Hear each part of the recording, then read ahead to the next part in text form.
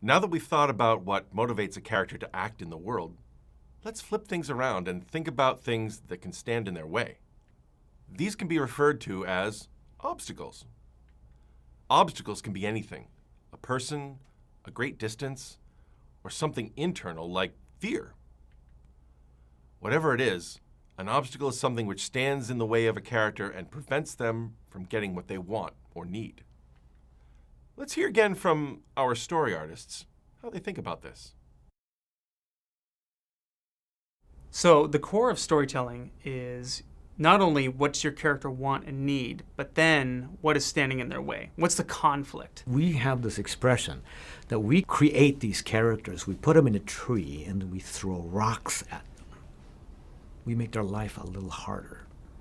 Marlin's obstacle would be his fear of the ocean. He tells Nemo all the time, you stay in the reef, it's safe here. And so in order to get back to Nemo, he has to break everything that he's comfortable with. The obstacles that were in Marlin's way from that point on were engineered to force Marlin out of his comfort zone in order to get to his son and reach a place where he could trust his son. In E.T., Elliot the boy meets E.T. the alien, and he wants E.T. to stay with him on Earth. But the obstacle is that E.T. is an alien. He can't stay on Earth. He can't survive. He's dying.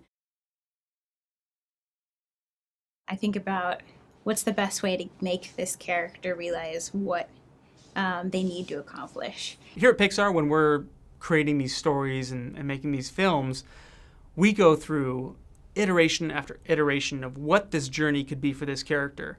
Fear plays a part as an obstacle depending on the character. A lot of times we try to skirt around our fears and not deal with them. So if you present a character with a fear that they have to confront, it's a very immediate fight or flight scenario that you've created, and so it forces your character to react. When you're developing your stories, you want to think, okay, what's the fun external, what's the car chase, what's the villain, but more importantly, how does that car chase and how does that villain reflect the obstacle inside the character and reflect all of their flaws and their shortcomings?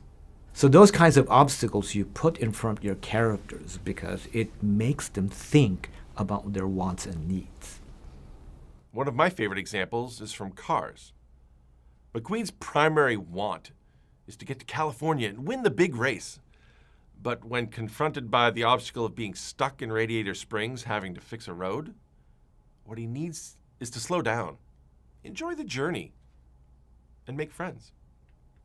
In the next exercise, you'll have a chance to think about the obstacles characters can face and the choices they make in response.